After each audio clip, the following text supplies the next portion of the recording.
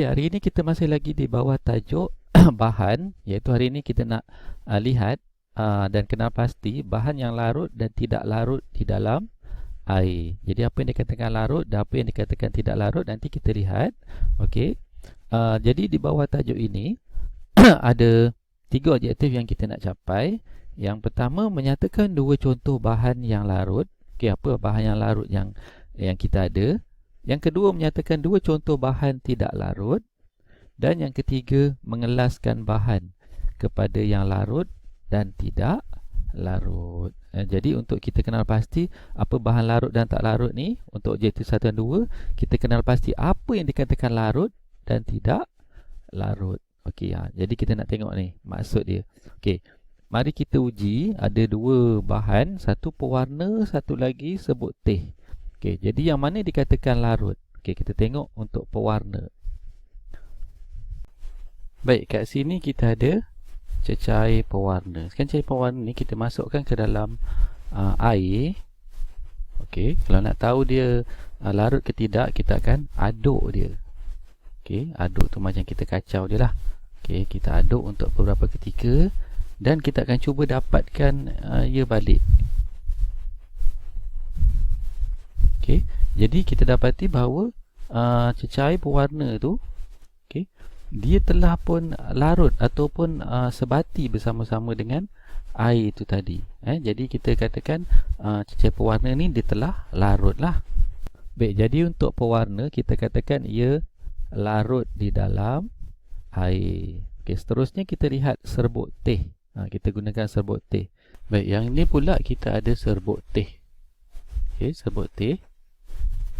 Kita masukkan serbuk teh ni ke dalam air dan kita aduk dia juga macam tadi. Okey, kita aduk untuk beberapa ketika. Okey, kita kacau dia.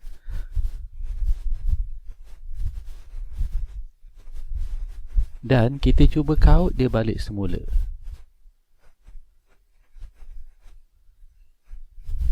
Okey, kita cuba kaut daripada bawah. Okey. Dan kita dapati serbuk teh tu masih ada lagi macam mana kita masukkan tadi. Cuma dia basah sikit lah, kan? Sebab dah ada dalam air. Tapi maksudnya serbuk teh tu dia tak sebati, ataupun kita kata senang, dia tak larut dalam air. Ini yang dikatakan tak larut tadi tu. Sebab kita boleh dapat dia balik semula. Baik, untuk serbuk teh kita kata ia tidak larut. Okey, jadi kita dah boleh faham apa yang dimaksudkan larut dan tidak larut ni. Okey, jadi kita pergi kepada objektif kita yang pertama dan yang kedua. Okey, dekat sini kita ada 6 jenis bahan, iaitu gula, tepung, beras, pasir, garam dan susu tepung. Okey, jadi daripada penyiasatan yang kita jalankan tadi, cara dia, kita akan buat cara yang sama juga dengan ke-6 bahan ni untuk kita kenal pasti sama ada ia larut ataupun tidak. Okey, jadi kita sediakan jadual ni. Dalam jadual ni, dari atas ke bawah kita ada objeknya gula, tepung, beras, pasir, garam dan susu tepung. Dan keputusannya kita perlu kenal pasti ia larut ataupun tidak larut. Okey, jadi sekarang kita tengok macam mana dengan gula. Baik, yang ni pula kita ada gula pasir tu. Okey, kita masukkan sekarang gula ni ke dalam air. Kemudian kita akan aduk jugalah untuk beberapa ketika. Nanti kita tengok dia macam mana. Kita cuba kaut dia balik semula. Kita dapat tak macam mana gula yang kita masukkan tadi tu.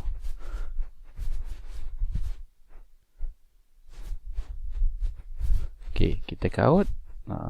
Kita tak dapat pun gula tu tadi. Maksud gula tu dah larut dalam air dah.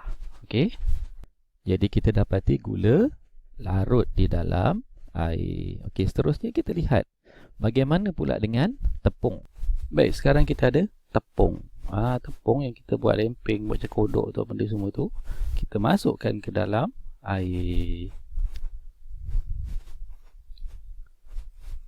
Okey, kemudian kita aduk dia macam biasalah. Macam yang lain-lain juga kita aduk dia untuk beberapa ketika. Dan selepas babak ketiga kita kaut balik. Kita dapati tepung tadi tu dia berketul-ketul. Maksud kita boleh dapat tepung tu balik. Jadi bermaksud tepung ini tidak larut di dalam air. Baik, jadi kita dapati tepung tidak larut di dalam air. Okey, kita lihat pula bagaimana dengan beras. Baik, kita ada beras. Okey, beras yang kita jadikan nasi tu, yang kita tak nak jadikan nasi tu, kemudian kita masukkan ke dalam air. Dan seterusnya kita aduk dia lah macam biasa. Aduk sampai berapa ketika nanti kita tengok adakah beras ini nanti larut dalam air. Okey, setelah kita berpuas hati, okey, kita pun akan kaut dia. Dan setelah kita kaut, kita dapati bahawa kita dapat lagi beras macam mana kita masukkan tadi kan. Jadi ini bermaksud bahawa beras tidak larut di dalam air. Jadi beras pun kita dapati ia tidak larut di dalam air. Okey, seterusnya kita ada pasir. Adakah pasir larut? Okey, kita tengok sama-sama. Baik, kat sini kita ada pasir. Okey, sekarang apa kita buat dengan pasir ni? Okey, kita akan masukkan dia dalam air. Kemudian kita adukkan dia. Kita aduk sampailah beberapa ketika. Dan kita cedok dia. Okey. Dan kita dapati masih ada pasir di situ. Okey, jadi ini bermaksud pasir ini tidak larut di dalam air. Baik, kita dapati pasir juga tidak larut di dalam air. Okey, bagaimana pula dengan garam? Garam ni. Okey, kita tengok garam. Baik, ini kita ada garam. Okey. Sekarang garam ni kita masukkan ke dalam air. Kemudian kita aduk dia untuk beberapa ketika. Okey, setelah beberapa ketika kita aduk dia, nanti kita akan kaut dia.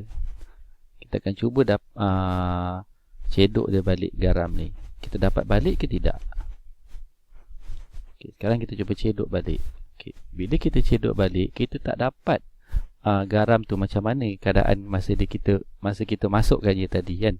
Jadi maksudnya garam itu telah sebati, ataupun lebih tepat lagi kita sebut garam itu telah pun larut di dalam air. Baik, garam kita dapati ia juga larut dalam air seperti juga gula kan. Okey. Dan yang terakhir kita lihat macam mana pula susu tepung. Tak kira lah Nespresso ke, Nestle Omega ke, apa lagi, Fernleaf ke. Okey, ni salah satu contoh susu tepung. Kita lihat dia larut ke tidak dalam air. Baik, sekarang kita ada tepung susu. Tepung susu yang kita buat susu tu macam Fernleaf ke, Nespresso ke. Okey, kita masukkan dalam air. Okey, kemudian kita aduk dia untuk beberapa ketika.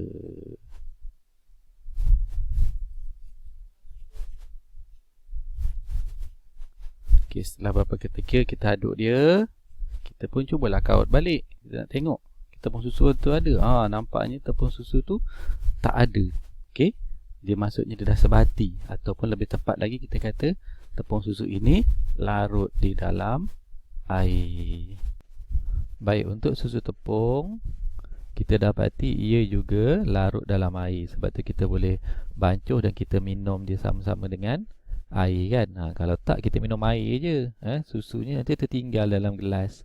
Tapi dia tak, kita minum sekali kan, masuk sekali dalam mulut kita susu dan juga air. Baik, ini adalah, jadi kat sini kita dapati ada 3 bahan yang larut dan 3 bahan yang tidak larut dalam air. Okey, sekarang kita nak mengelaskan bahan kepada yang larut dan tak larut. Jadi daripada bahan yang kita ada ni, kita jadikan dia 2 kumpulan. Satu kumpulan larut, satu kumpulan yang tidak larut. Okey, daripada penyiasatan tadi kita lihat bagaimana gula.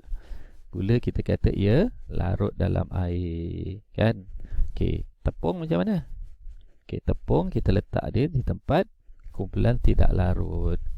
Beras pula, okey, beras satu kumpulan dengan tepung sebab ia juga tidak larut dalam air. Dan yang seterusnya, pasir. Pasir macam mana? Pasir juga tidak larut dalam air.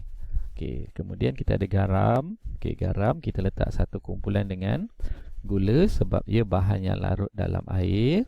Dan yang terakhir sekali, kita ada susu tepung pun merupakan bahan dalam kumpulan yang larut di dalam air.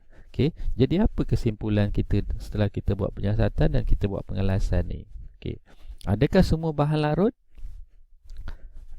Tak semua bahan larut. Adakah semua bahan tak larut? Tak juga, ada juga yang larut. Jadi kita boleh kata ada yang larut, ada yang tidak larut. Itu bahasa kita biasa pakai. Tapi kalau bahasa yang sebenarnya, kesimpulan kita macam ni. Perkataan ada tu kita tukar dengan perkataan sesetengah. Okey, jadi setengah bahan larut dalam air dan setengah bahan tidak larut di dalam air. Jadi itulah kita punya objektif pelajaran kita pada hari ini. Jadi cikgu rasa setakat ini saja. Okey, pelajaran kita berkenaan dengan bahan yang larut dan tidak larut di dalam air.